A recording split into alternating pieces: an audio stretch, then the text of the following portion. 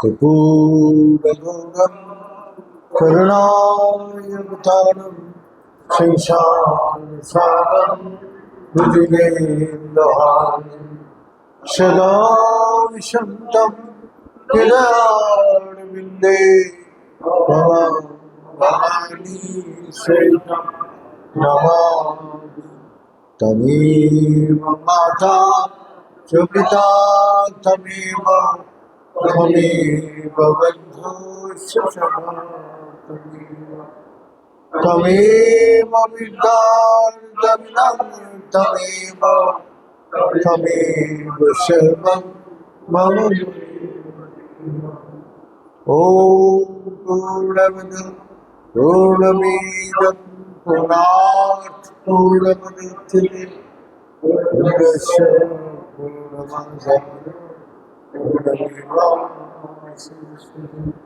ॐ शान्ति शान्ति भक्ति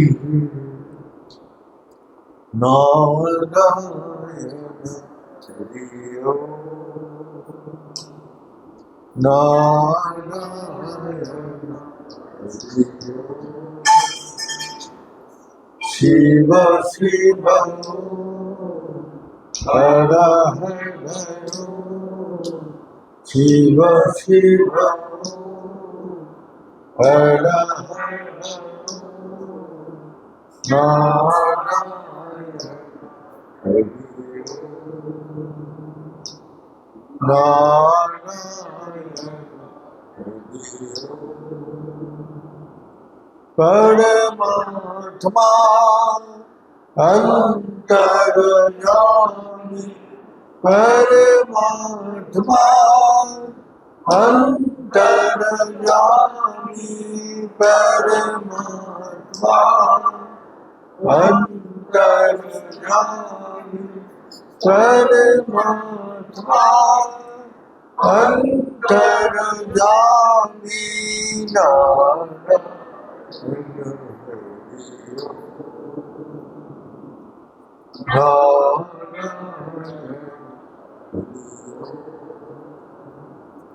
शिव शिव हर हर शिव शिव हर हर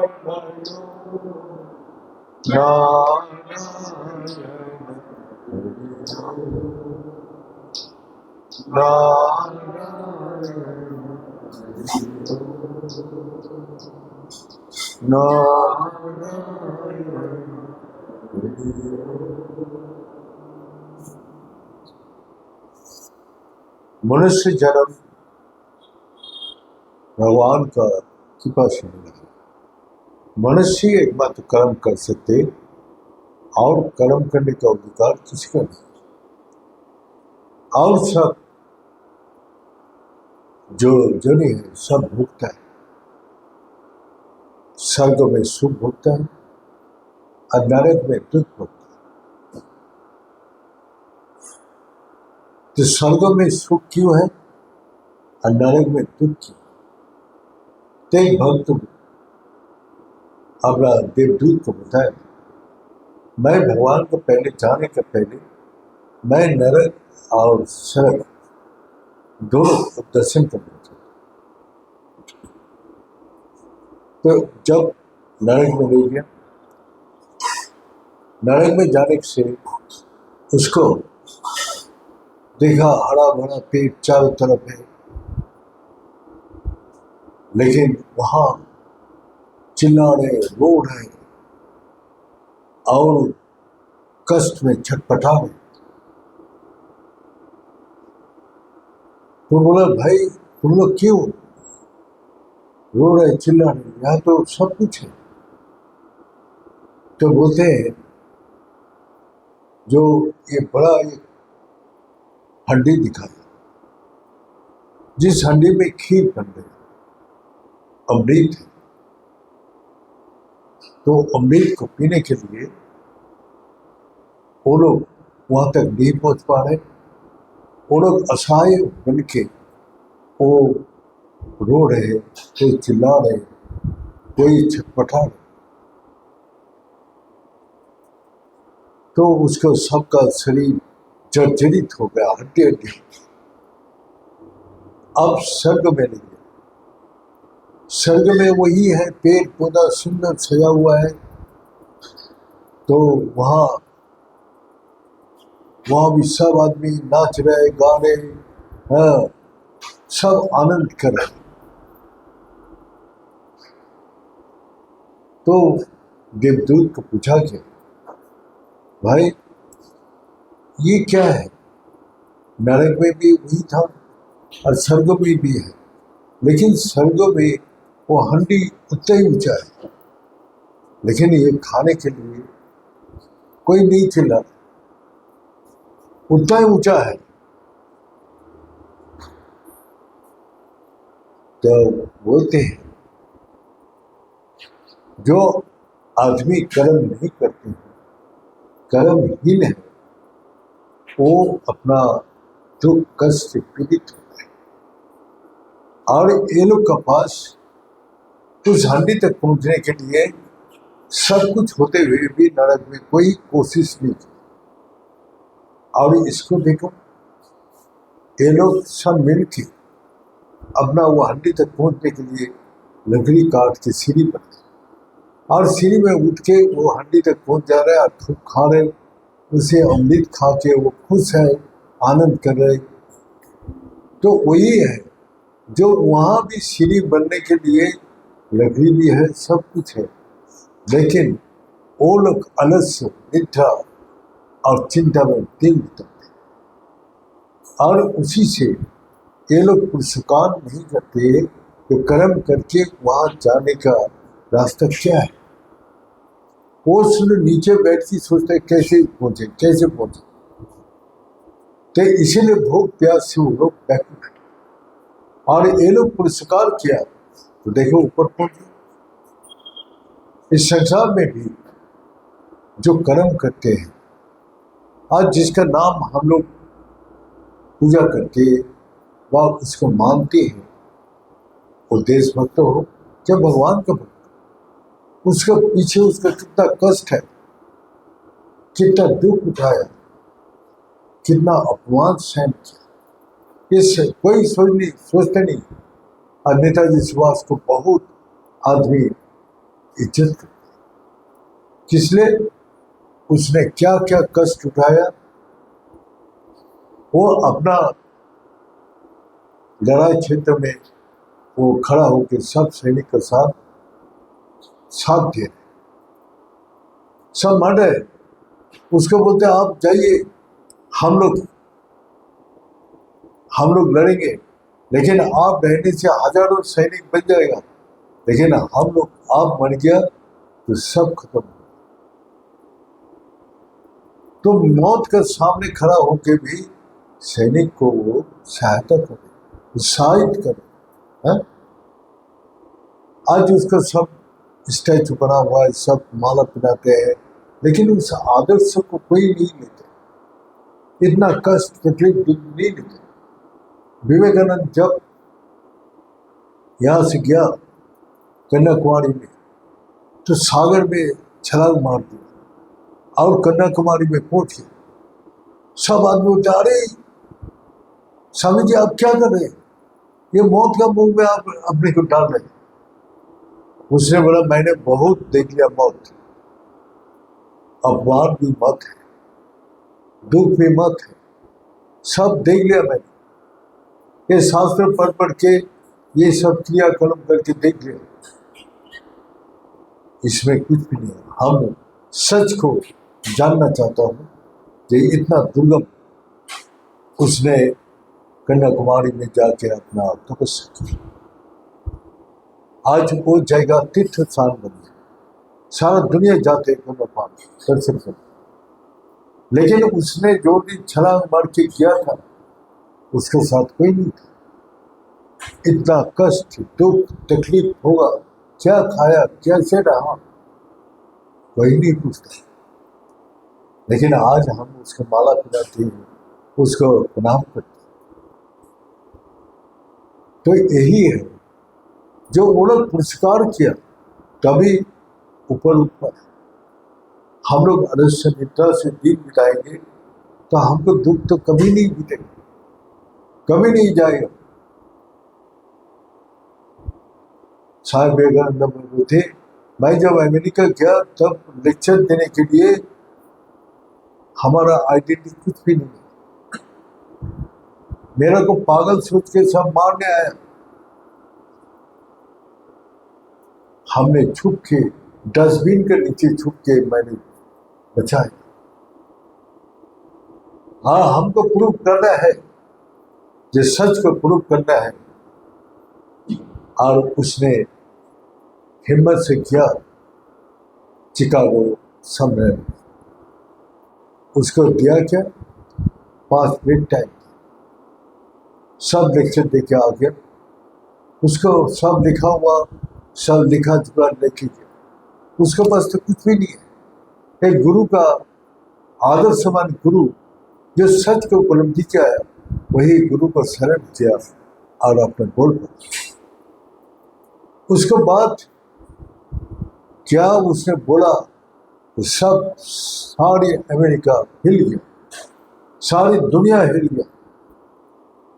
और आज वो बोलते मैं कैसे कैसे ठंडी में रोड पर बिताए, पागल बोल के मेरे को पत्थर मारा, क्या क्या अपमान सहन करना पड़ा, क्या क्या दुख उठाना पड़ेगा।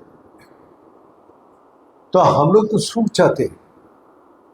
दुखी आदमी को हमने कितना बार बोला, दुखी आदमी को मजबूत बनाते हैं और उसको आकार देते हैं। जो आकार उसको सभी पूजा करते हैं। तो हम उसको माला पिनाते ये करते हैं, लेकिन वो आदर्श को कोई नहीं लेता। वो सुनने में और ये करने में अच्छा लगता है, लेकिन जीवन में उसी में लगाना उसको संभव नहीं। इसी प्रकार राजस्थान में एकनाथ बाबा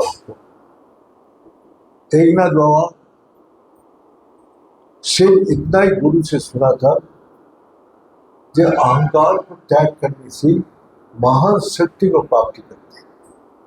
इतना से छोटा एक शब्द, सर्व अहंकार विवर्जितम, सब अहंकार करने से, सब अहंकार को नाश करने से सारी शक्ति जागृत होती है।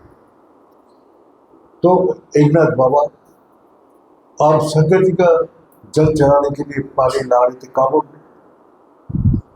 शंकर जी अपना एक गधे का रूप धारण करके पानी पीने का इससे छटपटा रहे थे। सब कामल लेके बाबा का चढ़ाने जा रहे। एकनाथ बाबा बोले ये जीव छटपटा रहे, मरने जा रहे, इसको कोई पानी ना दे तो मर जाएगा। उसने बोला शंकर जी को बाद में चढ़ा दूंगा, लेकिन ये गधे को पानी पिला देता। तो गधे को पानी पिलाया और गधे को पानी पिला के जब गधा उठा तो सारा दुनिया जिस मंदिर में जल चढ़ाने जा रही देखते हैं वहां शिवलिंग नहीं है। कहाँ है? गधे के रूप में जो दिखाया वही भगवान शंकर जी वहां स्थापित हुए। तो इसने हर जीव में शिव देखा, हर जीव का अंदर शिव को देखा। तो उसको एक जीव का अंदर, एक गधे का अंदर जो शंकर जी को दिख रहे, हम लोग तो एक दूसरे से लड़ाई झगड़ा अशांति करते रहते, क्योंकि हमको वो दिखती है नहीं, ये शिव स्वरूप है, इसीलिए हम लोग लड़ते रहते। हम लोग अहंकार से भरा हुआ है। अहंकार कहाँ से उत्पत्ति है? अज्ञान से। तो यही है हम लोग का अज्ञान था, हम लोग का अहंकार था, अलसता, निद्रा, भय, चिंता, ये सब तमोगुण का लक्षण है। तो इसके बाद एकनाथ बाबा का चारों तरफ नाम हो गया। तो एकनाथ बाबा का अहंकार से क्या होते? क्रोध होते। तो वहां सबको बता दे एकनाथ बाबा का क्रोध नहीं होता। राजा ने अपना बोल दिया, एकनाथ बाबा को गुस्सा दिला पाएगा, क्रोध दिला पाएगा तो मैं उसको 1000 स्वर्ण मुद्रा दूंगा। अब राजा को बात सुन के कोई उसको पीछे से अपना चोटी पकड़ के झूल जाता, कोई कंधे में उठ जाती, कोई उसको गंदगी फेंक देते। लेकिन जिसका अहंकार नहीं है उसको गाली दो, उसको कितना भी बाधा सृष्टि करो, वो अनायास ही सब पार हो चला। तो उस राज में एक बहुत चतुर बदमाश था, वो बोलते मैं एकनाथ बाबा को गुस्सा दिला के छोड़। अब एकनाथ बाबा का दुख हो गया, वो गंगा जी नहाने जाते सुबह, तो गंगा जी जब नहाने जाते तो यही उसी रास्ते में उसको मकान है, तो उसने अपना टन और बाल्टी लेके बैठ गया। जब आते हैं अपना एकनाथ बाबा नहा के तो कूला करके उसको फेंक देते, वो झूठा हो गया, वो उसको प्रणाम करके फिर चला गया। अब सुबह से शाम तक अपना लगा नहीं, लेकिन वो बेचारा बदमाश जो है वो थक गया और वो थक के चला गया घर का अंदर। तो एकनाथ बाबा आया, फिर गंगा नहाते, फिर बोला रामलाल कहाँ है, तो बाहर आ, मैं तेरे लिए इंतजार कर। तो वो बदमाश आके पैर में पड़ गया, बाबा आप महान है, आपको कोई भी इस संसार में नहीं है जो आपको अंदर गुस्सा दिलाता है। बोले तेरा कारण आज फायदा हो गया मेरा, 108 बार मैंने गंगा नहाया, तो कितना मेरे को पुण्य कराया, तेरा को मैं प्रणाम करता हूँ। माने उसको प्रणाम वो कर रहे और उसका कारण 108 बार गंगा में नहाया, एकनाथ बाबा उसको प्रणाम करे और उसको क्या करे, वही बदमाश जो है वो सीधा हो गया और एकनाथ बाबा के भक्त थे। जो यही है जो मेरा अहंकार मनुष्य का इतना शक्ति देता है, धीरज सहन शक्ति इतना दे देते हैं जो वो सबको पार कर देते हैं। तो हम लोग का भी इसी प्रकार है, जो संसार में चलते हुए हमको हर जगह अलस्यता निद्रा वही आते हैं, अहंकार। और जब आते हैं अहंकार तो क्रोधित होता है, हिंसा करते हैं, लोग करते हैं, ये सब हमारा अहंकार से उत्पत्ति होता है। अहंकार कहाँ से उत्पत्ति आता है वही वो नहीं जानते, तो इसलिए उसने जब अहंकार मैं से उत्पत्ति होता है, तो मैं दो है, इस देहों में दो मैं, एक देहो मन बुद्धि ये मैं है, और एक अपना आत्मा मैं है। जैसे शीशे के सामने खड़ा हो तो दो दिखाई देते हैं ना, एक अंदर एक बाहर। कौन असली है, बाहर का ना अंदर का। तो हम जो शीशा में देख रहे हैं वो मेरा प्रतिबिंब है, तो सच का प्रतिबिंब ये सारी संसार है, मेरा देहो मन बुद्धि वो सच का प्रतिबिंब है। तो इस प्रकार हम लोग उस प्रतिबिंब को मान के हम शीशा से चला जाते तो सच जो चला जाते तो झूठ खत्म हो जाता। शीशा में झूठ नहीं रहता, हम चले जाने के बाद शीशा में रहती है। तो इसी प्रकार आत्मा चले जाने के बाद ये देह में और कोई नहीं। इस कारण से हम लोग का सबसे बड़ा ये है, जो भ्रम है, जो मैं, ये देहो मन बुद्धि को पकड़ के जो मैं है, इसी सारा आलस्य निद्रा भय सब अहंकार से उत्पन्न होते हैं, अज्ञान से उत्पन्न होते हैं, मैं से उत्पन्न होते हैं। अब सबको बोला जी तुम्हारा आत्मा कहाँ है, नहीं बोल सकते। तो तुम्हारा आँख कहाँ है, तुरंत दिखा देगा, कान दिखा देगा, मुंह दिखा देगा, नाक दिखा देगा, हाथ पैर सब दिखा देगा। लेकिन बोले मन कहाँ है, नहीं है। मन कहाँ रहती, बताओ। मन का ऊपर तो सारा संसार बैठे। मनमय जगत है, मन से ये जगत है। मन नहीं है तो ये जगत गोल होगी। जब रात को सोते हैं तो मन नहीं रहते, तो संसार रहते ना, देहों का बोझ होते ना बुद्धि का। तो उस समय मैं ही रहता। तो इस प्रकार तुम्हारा बुद्धि कहाँ है, वो भी नहीं जानता। तो मन का ताकत कैसे पड़ेगा, बुद्धि का ताकत कैसे पड़ेगा, ये मैं नहीं जानता। लेकिन इतना है, जो भगवान का भजन करने से,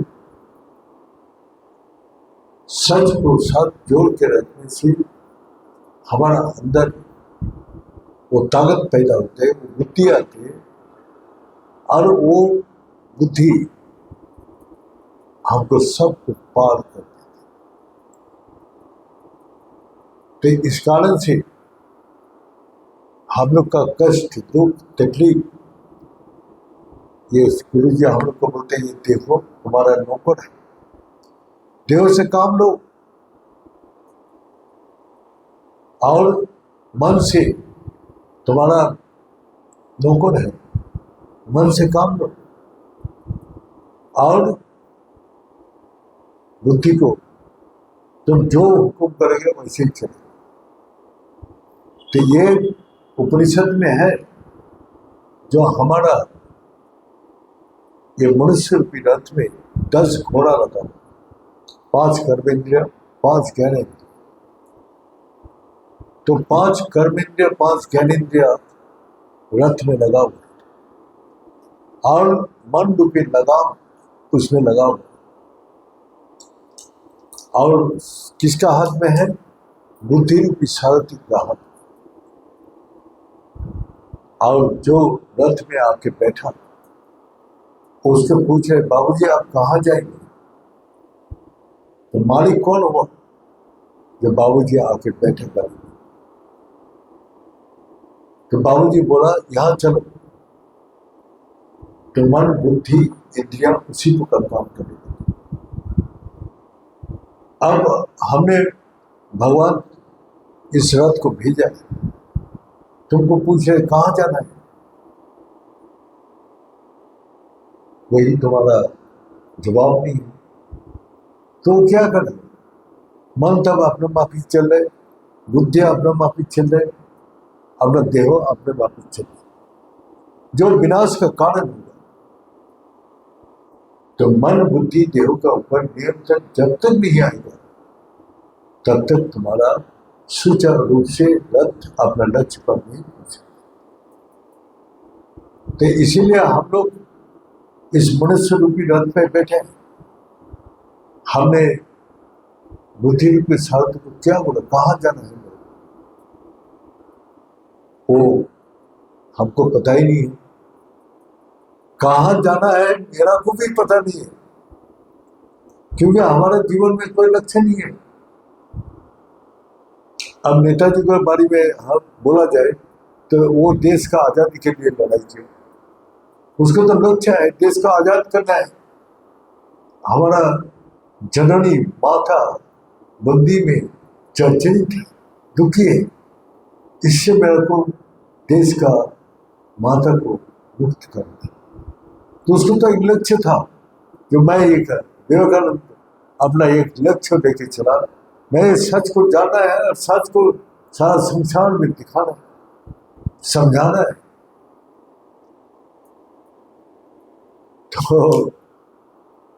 तो हम लोग का अवस्था कैसे है जानते हैं? एक बार स्वामी जी जब अमेरिका विदेश से टूर करके आया तो एक मंत्री जाके बोला, स्वामी जी एक काम कीजिए, गांव में बहुत आदमी है, आप उसको थोड़ा समझाइए तो शायद हमारा गांव परिवर्तन। स्वामी जी बोलते नहीं, वो लोग का समझ में नहीं आया। बोले नहीं, आप तो कोशिश कीजिए, आप तो सारा दुनिया को कोशिश करके कहां से कहां पहुंचा दिए। पर ठीक है, सभा तैयार किए, गांव में गया, अब वो वेदांत का बात सुनाने लगा और गांव वाला सोचा नाटक होगा, रामलीला होगा। तो वो लोग जमात हुआ काफी आदमी। जब वो आंख बंद करके वेद वेदांत का बात बोलने लगा तो जब आंख खुला तो देखा एक ही आदमी बैठे। तो चलो सब भाग गया, सब भाग गया, सिर्फ एक आदमी बैठे। तो बोले भाई एक आदमी तो कम से कम सुना है। अरे तुम मेरा बात समझ में आया? बोला नहीं, कुछ बात समझ में नहीं। तो बैठा क्यों है? तो बोला आप जो डोरी में बैठा है वो डोरी मेरा है, आप उठेंगे तो मैं डोरी लेके जाऊंगा। कि ये है, हम कितना भी सुनाए वो कान में नहीं जाते। अब गुरु जी जब चढ़ गया फटाक से हम भागेंगे। तो इसलिए हमारा मन तो हमेशा बाहर का दुनिया में घूमता रहता है। तो इस कारण से हमारा मन स्थिर होते ही नहीं। तो जिसका स्वामी जी इतना लेक्चर दे के आ गया, ग्राम वाला सब फेल हो गया, ग्राम वाला को सब फेल कर दिया। तो ऐसे ही एक संत ने भी अपना गांव का अंतिम में 20 साल से तपस्या कर रहा। गांव का आदमी ने बोला बाबा जी आप हम लोग को थोड़ा आप बताइए कि हम लोग कभी भक्ति कैसी जाने। तो उसने बाबा जी स्टेज बनाया किया। बाबा जी बोला जो आप लोग का भगवान में विश्वास है का हाथ उठाओ। तो उसने सारी सभा हाथ उठा दिए। तो बाबा जी नीचे उतर गए। बोले बाबा जी आप तो कुछ बोला ही नहीं। अरे भाई तो मैं विश्वास दिलाने के लिए आया था, ऑलरेडी सबको बस विश्वास है, सब अपना अपना विश्वास लेके बैठा है। वो हम उसको विश्वास दिलाने आया था, वो तो ऑलरेडी है विश्वास सबको पर, तो हमारा विश्वास है क्या काम करेगा। तो फिर बोला जो सभा को बोला एकदम हाथ नहीं उठाना। तो सब फिर समझ आए, फिर सभा में उठा, फिर बोला भाई जिसका जिसका विश्वास है हाथ उठाओ। किसी ने हाथ उठाए तो उसको बोल दे जो हाथ उठाना नहीं। भाई जिसका विश्वास नहीं है मैं उसका विश्वास दिला नहीं सकता। ये का हमारा अंदर विश्वास है नहीं, और जो विश्वास है वो अपना है। अपना विश्वास लेके भाई संसार, वो संत का विश्वास हम लेना नहीं चाहते, ना उसको अविश्वास लेना चाहते। हमारा अंदर जो है जो विश्वास है उसको लेके चलता हूँ, और जो नहीं है तो उसको और लेना नहीं चाहता।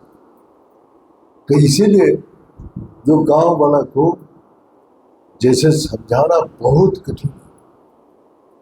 तो इसी प्रकार तो गुरु जी हम लोग को बोला, एक भक्त था वो जाट, तो गुरु जी का साथ बैठ के खाना खा रहे थे।